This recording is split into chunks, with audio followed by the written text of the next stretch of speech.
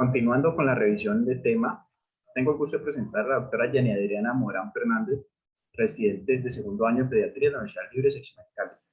La doctora Morán nos va a hablar de mastoiditis aguda. Bienvenida, doctora, y muchas gracias. Muchas gracias, doctor Juan Pablo. Un cordial saludo para todos. Entonces, el tema que vamos a revisar es mastoiditis aguda. Primero, una pequeña definición. La mastoiditis aguda se constituye en la infección bacteriana que es grave del hueso mastoideo. Se da como una consecuencia de una otitis media aguda y va a producir lesiones destructivas del hueso mastoideo con la aparición de una osteitis. Hay tres clasificaciones de la mastoiditis. En general, mastoiditis aguda, crónica y subaguda o enmascarada. Dentro de la mastoiditis aguda es cuando se presentan los signos y los síntomas de menos de un mes de duración en total. La crónica es cuando los signos y los síntomas van a tener una duración de más de un mes y típicamente va a haber un drenaje crónico del oído y además de eso se va a acompañar con una pérdida una pérdida auditiva conductiva. Y por último, la mastoiditis subaguda o enmascarada es aquella infección que es persistente, pero de bajo grado, que se va a manifestar porque vamos a encontrar un derrame crónico del oído medio o una otitis media aguda recurrente. Cuando se presenta este tipo de mastoiditis subaguda, vamos a encontrar una mayor incidencia de complicaciones intracraneales, como por ejemplo meningitis, trombosis del seno lateral y también absceso cerebral. Además de esto, se ha visto muy relacionada cuando hay un tratamiento antibiótico inadecuado para la otitis media aguda. En cuanto a la epidemiología, encontramos que es una secuela que es infrecuente de la otitis media aguda, pero es potencialmente grave. En los estudios, pues, nos hablan que en la era preantibiótica se presentaba con una incidencia del 20% de los casos de la otitis media aguda, pero en la actualidad la incidencia se ha disminuido, presentándose de 1.2 a 4.2 casos por cada 100.000 niños por año. La incidencia máxima la vamos a encontrar en los primeros años, en los primeros 1 a 2 años de vida. Como les decía, esa incidencia se ha disminuido drásticamente desde la era de los antibióticos. Esto tiene unas razones. La incidencia en la edad pediátrica ha aumentado constantemente en las últimas 2 décadas, pese a que decíamos que en la era preantibiótica se presentaba en el 20% de los casos y que posteriormente se disminuyó. Encontramos que en las últimas 2 décadas se ha visto un incremento, y esto se debe a la selección de cepas bacterianas resistentes a tratamientos antibióticos inadecuados, sea por abuso o por un uso inespecífico. Ahora un poco de anatomía. Entonces vemos que la afectación es de la apófisis mastoides, que se encuentra en el hueso temporal, que hace parte de la base del cráneo. Este hueso es la proyección piramidal del hueso temporal. La apófisis mastoides, en su extremo inferior, sirve para la inserción del músculo esternocleidomastoideo y está compuesta por un sistema de celdillas aéreas que se van a ver revestidas de una mucosa que se va a comunicar con el oído medio, y además de eso contiene el conducto de Falopio, que es importante porque en él va a transcurrir el nervio facial, la cuerda del tímpano que nos da el gusto en los 2/3 anteriores de la lengua, y además de eso el sistema de los conductos semicirculares. Aquí vemos pues algo importante, lo que es la entrada al antrum, el ad antrum, y también el antro mastoideo. Esto es importante porque estas estructuras son claves dentro de la mastoiditis. Vemos que la entrada al antro o el ad antrum comunica la caja del tímpano o la cavidad timpánica con el antro mastoideo, y el antro mastoideo es la más voluminosa de las celdas mastoideas que se encuentran en el hueso temporal, como aparece en la imagen que está a la izquierda. La edad pediátrica va a ser más propensa a la mastoiditis en la otitis media aguda, por una serie de condiciones. Primero las condiciones anatómicas, también las para la parte inmunológica y también las condiciones infecciosas son muy particulares en esta etapa, sobre todo en los primeros años de vida, en el primer y segundo año. Vemos cómo el hueso mastoideo en los niños va a estar más neumatizado con trabéculas óseas que son más finas y además de eso, pues como les hacía mención, el aditus ad antrum es más pequeño en el adulto. Todo esto va a condicionar a que haya una mayor predisposición a la acumulación de secreciones y además a una infección osteoítica. Por otro lado, también hay inmadurez fisiológica del sistema inmune, lo que va a hacer que haya un pico de incidencia entre el segundo y el tercer año de vida. Además de eso, también tenemos que tener en cuenta cuando sean terapias con antibióticos no seleccionados, que lo que nos va a ocasionar es a inducir la selección de cepas bacterianas con resistencia. Además de lo que les nombro, los niños más pequeños, ellos tienen una evolución que es mucho más rápida y los síntomas se van a presentar de forma más grave. En cuanto a la fisiopatología, en los niños menores de 2 años, la mastoiditis puede ser la primera manifestación sin que haya previamente unos signos de otitis media aguda. Todo esto es porque el sistema inmune lo vamos a encontrar menos maduros que los niños más grandes y eso los hace más sensibles a las otitis medias agudas. Además de eso, los niños más pequeños, la semiología no va a ser igual que en los niños más grandes o un adulto. Ellos van a tener una semiología que es atípica, que por lo tanto por su forma tan, pues que no va a ser la común, no van a ser diagnosticados inicialmente. Entonces, en ese paso de otitis media aguda a la progresión a mastoiditis, vamos a ver que hay bastantes pasos. Primero se va a presentar un edema mucoso, en el que hay un bloqueo de la entrada al antro. Eso va a ocasionar que haya una supuración exudativa de las celdillas mastoideas. Cuando ese exudado se queda en las celdillas y no se evacúa a través de la trompa de Eustaquio, va a aumentar la presión en el sistema mastoideo. Se va a ocasionar una acidosis local que va a producir una isquemia y también una descalcificación pues, ósea, y eso se va a seguir de una reabsorción osteoclástica de los tabiques óseos. Cuando esta infección se da de forma persistente, se van a empezar a erosionar las paredes mastoideas. De esta forma, el pus va a empezar a difundir hacia el periósteo a través de las venas emisarias mastoideas, produciéndose un absceso superióstico y además de eso cavidades purulentas extensas. Vemos pues que en conclusión la infección se va a difundir al oído medio y a las mastoides por diferentes mecanismos, entre ellos la erosión ósea, que les mencionaba por esa reabsorción osteoclástica, también por la tromboflebitis y también por las vías anatómicas. En cuanto a la clasificación de la mastoiditis aguda, vemos que tiene una presentación de dos formas. La mastoiditis aguda coalescente, en la que encontramos una reabsorción de tabiques óseos de las celdillas y por lo tanto va a generar una gran cavidad que va a estar infectada. Clínicamente se va a manifestar con los síntomas de la otitis. Además va a haber una otorrea abundante, va a haber dolor, va a haber edema retroauricular, va a haber fiebre y el niño también va a estar con malestar general. Hay otra forma de presentación que es la mastoiditis aguda exteriorizada, que puede ser lateral o externa o que puede ser inferior o de la punta de la mastoides. La que es lateral o externa es la que se presenta de forma más frecuente. En ella hay un absceso retroauricular que va a desplazar el pabellón auricular hacia adelante, produciéndose los signos de Jakes. Y además de eso vamos a encontrar que se va a fistulizar a la piel retroauricular o a la pared posterior del conducto auditivo externo. Por otra parte, también está el inferior o de la punta de la mastoides, en que se da el absceso de Besol, que ya se los voy a explicar. También se va a presentar pues, de forma cervical, va a encontrarse entre el esternocleidomastoideo y el músculo del gástrico. En cuanto a la parte bacteriológica de las mastoiditis agudas, el estudio bacteriológico de los abscesos superiósticos o de una mastoidectomía, vamos a poder encontrar el o los mecanismos responsables de la mastoiditis en un 40 a 60% de los casos. Pero a veces no sucede esto, sino que vamos a encontrar que las muestras van a ser estériles. Y esto se debe en muchas ocasiones a que hay antibiótico-terapia previa que lo que es insuficiente para erradicar la infección, pero puede ser suficiente para que esterilice la muestra.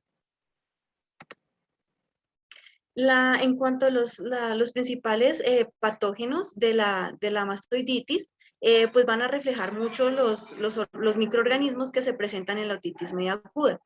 Entre ellos, pues el Streptococcus pneumoniae, Streptococcus pyogenes, Streptococcus aureus, el Haemophilus influenza y el Fusurobacterium necrophorum. Después de la introducción pues, de la vacuna conjugada 7, el serotipo neumocócico 19A se asociaba con frecuencia a la mastoiditis aguda. Pero se vio que posteriormente, con la vacuna conjugada 13, se ha asociado con menos infecciones por el serotipo 19A de forma global. Su impacto en esta etiología de la mastoiditis pues está menos claro, y esto se ve pues de mucho interés porque este serotipo 19A es de particular interés porque se ha visto con mucha resistencia y además se han asociado con complicaciones más invasivas como por ejemplo el absceso subperióstico. Entonces pues aquí vemos pues la importancia de la vacunación, en que vemos que cuando se vacunaba pues con la vacuna, con los 7 serotipos, empezó a aumentar la frecuencia de la mastoiditis, que se asociaba con el serotipo 19A. Y posteriormente, cuando ya se incluyó este serotipo en la vacuna conjugada con los 13 serotipos, ya empezó pues a disminuir. En esta tabla encontramos pues los microorganismos que principalmente se encuentran relacionados, siendo pues el principal Streptococcus pneumoniae, cuya frecuencia alcanza alrededor del 51%. También está Streptococcus pyogenes con un máximo de 12%.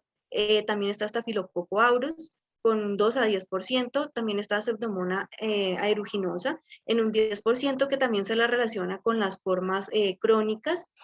Y también está también Haemophilus influenza en un 2 a 3%. Y pues como les decía hace un momento, puede haber ausencia de crecimiento porque muchas veces se esteriliza la muestra, por ejemplo, por antibióticos que están recibiendo pues previamente, y eso tiene una frecuencia del 20 al 40%. En esta tabla encontramos diferentes estudios en el que vamos a encontrar también pues los microorganismos que se han relacionado. Entonces vemos estudios desde el 89 hasta el 2019 con sus respectivos autores en la parte superior. Entonces vemos como desde el 89 el Streptococcus pneumoniae pues siempre ocupa los primeros lugares, a excepción pues del último estudio del señor Amir, en que vemos que hay pues un aumento de Streptococcus aureus, del Staphylococcus aureus, perdón. Y esto se debe, vemos pues en esto como en los años 90 más o menos, se observaba que Staphylococcus aureus tenía una frecuencia más o menos del 5%. Y después, cerca de los años 2008, 2009, empezó a elevarse hasta llegar al 20%. Aún pues no se conoce la causa exacta, pero se asume que ha aumentado por los clones modificables del Streptococcus pyogenes, que tienen un trofismo otorrinolaringológico. Y pues también aquí vemos el impacto pues de la vacunación. Les voy a hablar un poco de la última bacteria que aparece en la tabla, la Fusobacterium necrophorum, que vemos que como la incidencia de esta bacteria ha aumentado. Entonces, es una bacteria que es anaerobia estricta, va a ser parte de la flora comensal a nivel oral, gastrointestinal y vaginal, pero cuando se presenta un episodio viral, ella puede volverse un patógeno. Y esto es por su débil potencial de oxidorreducción posinfeccioso en un contexto isquémico traumático, lo que va a hacer que se facilite su proliferación. Esta bacteria se va a caracterizar porque hace invasión vascular, porque hace inflamación y porque algo muy importante y es que hace tendencia a la trombosis. Entonces, cuando encontramos un paciente que está haciendo trombosis, pues debemos inclinarnos un poco a pensar en que puede estar relacionada con esta bacteria. La virulencia está dada por la producción de una cápsula lipopolisacárida de leucocidinas, que recordemos pues que son exotoxinas que se producen pues por los microorganismos para destruir leucocitos, también de hemolicina, de lipasas, de NDasa y además de hemoglutinina. Esta bacteria provoca una agregación plaquetaria y produce enzimas proteolíticas que aumentan la invasión vascular y debido a sus particularidades trombógenas debe buscarse en casos de mastoiditis con trombosis asociada de los senos venosos, como les venía mencionando. Se presenta en el 8% de las mastoiditis crónicas. Ahora, en cuanto a las manifestaciones clínicas, vamos a encontrar característicamente que hay un despegamiento del pabellón auricular hacia abajo y hacia adelante. El niño va a presentar dolor retroauricular. Además, puede presentarse con fiebre, con alteración del estado general. También puede presentarse con edema y con eritema retroauricular. Y con esto vamos a ver que hay un borramiento del surco retroauricular y un despegamiento del pabellón. La otoscopia también la vamos a encontrar en la mayoría de los casos patológica. Va a tener un aspecto abombado en el cuadrante posterior superior, clásicamente con una caída de la pared posterior en el conducto auditivo externo. Puede también encontrarse otorrea espontánea y también otalgia y también hipoacusia. En el 97% de los pacientes que tienen una otitis media aguda tienen pues un coexistente en el lado afectado, o sea, van a ocurrir el 97% puede ocurrir con esto. El 3% restante de los niños van a tener una mastoiditis aguda. Es decir, que se van a presentar con un derrame seroso del oído medio en el momento de la presentación o tenían un antecedente de otitis en las 2 semanas previas. Es de aquí pues la importancia de indagar pues si el niño ha tenido otitis en las semanas previas como antecedente de importancia. Además de eso, va a haber una protrusión del pabellón auricular en el 87%, la tumefacción e hipersensibilidad dolorosa retroauricular se va a presentar en el 67% y además de eso va a haber eritema retroauricular en el 87%, fiebre en el 60% y algunos niños pues no tienen signos externos de la infección. En cuanto a las pruebas del laboratorio, en el hemograma vamos a encontrar leucocitosis, pero su magnitud no es un elemento pronóstico de gravedad. La PCR también la vamos a ver aumentada. Existe otorrea, lo que nos va a significar que hay una perforación timpánica. Este líquido pues de esta perforación debería remitirse a una tinción de Graham y cultivo, o pues si se ha hecho una meningotomía. También se debe plantear hemocultivo en cualquier niño pues que lo encontremos con un aspecto tóxico. Ahora, en cuanto a la parte radiológica, la tomografía con contraste nos sirve para confirmación diagnóstica y además de eso nos va a servir para la evaluación de complicaciones intra y también extracraneales. La tomografía del hueso temporal nos puede confirmar el diagnóstico, pero también puede identificar las complicaciones, sobre todo las intracraneales. Nos va a mostrar la ocupación mastoidea del oído medio, nos puede mostrar también ruptura de la cortical ósea y también la existencia de un absceso superióstico o intracerebral. La sensibilidad es bastante alta, del 100%, su especificidad es pues, más baja, de un 38%. En la parte de abajo vamos a encontrar diferentes pues, imágenes de mastoides que están afectadas. Por ejemplo, en la parte A y B encontramos pues la mastoiditis coalescente, que recordemos que es cuando estas celdillas empiezan a romper y forman una gran cavidad que está pues muy infectada. En la parte C podemos ver cómo se presenta la desmineralización ósea. Bueno. En cuanto a la resonancia magnética, Algunos autores defienden pues, la postura de la resonancia magnética en la evaluación radiológica, dado que tiene una mayor especificidad. La sensibilidad es muy similar a la TAC, pero la especificidad sí aumenta, y pues vamos a tener menor irradiación pues que en los abscesos intracraneales respecto a la TAC. En este cuadro vamos a encontrar las principales complicaciones. Por ejemplo, la mastoiditis simple, pues el absceso va a ser, la complicación va a ser el absceso superióstico. La complicación extracraneal es el absceso de Sol, la trombosis yugular, la parálisis facial, la laringitis, la artritis.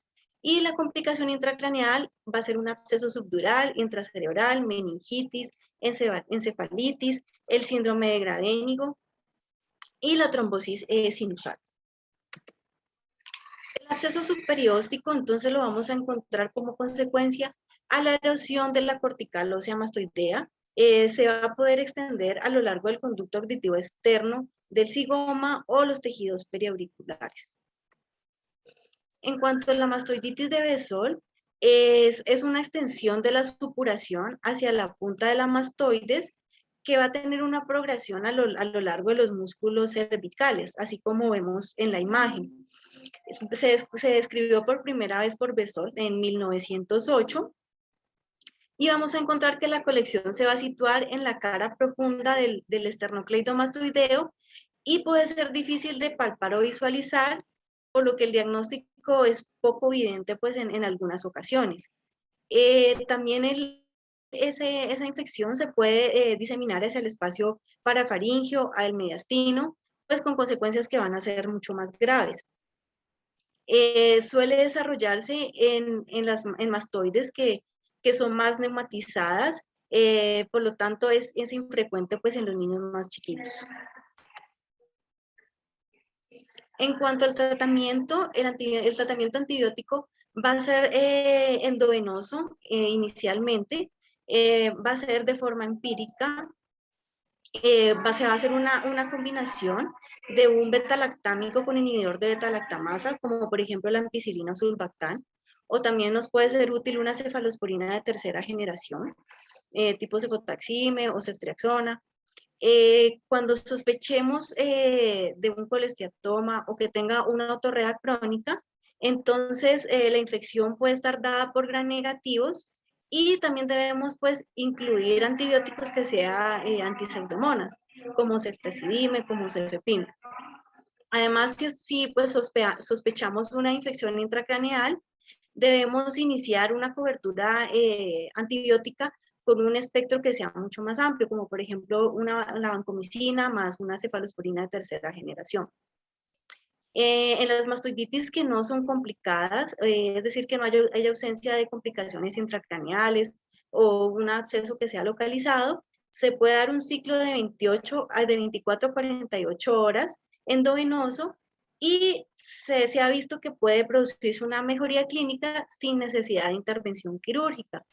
La duración total del tratamiento va a ser de 3 a 4 semanas, y se puede hacer una transición del manejo endovenoso al manejo oral al alta para los pacientes que no tengan complicaciones intracraneales. Todo esto pues debe ser ajustado a la flora bacteriana pues propia de cada pues, local, de cada institución. En cuanto al manejo quirúrgico, las indicaciones es cuando se presenta una mastoiditis coalescente, cuando se presenta la formación de un absceso retroauricular, cuando hay complicaciones infecciosas intracraneales, o cuando hay una ausencia de respuesta a los antibióticos endovenosos de forma apropiada. Se ha encontrado que en el 60 al 87% de los pacientes que cursan con la mastoiditis aguda, ellos van a mejorar sin cirugías para los casos que, pues, que no tienen complicaciones. Hay varios tipos de intervenciones quirúrgicas, entre ellos la mastoidectomía simple, en el que se va a hacer un drenaje de la apófisis mastoide y se va a hacer una extirpación quirúrgica de una parte de ella. También está la meringotomía, en el que se hace una pequeña incisión en la membrana timpánica y se produce pues el drenaje a través del tímpano. Hay autores que recomiendan colocar los tubos de drenaje transtimpánico para mejorar el drenaje y esto se hace principalmente en niños que tienen antecedentes de patologías de oído medio. Y pues muchas gracias.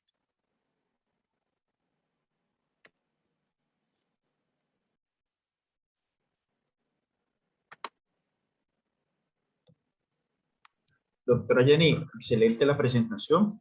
Muchísimas gracias por hacer este abordaje de la mastoiditis aguda en pediatría.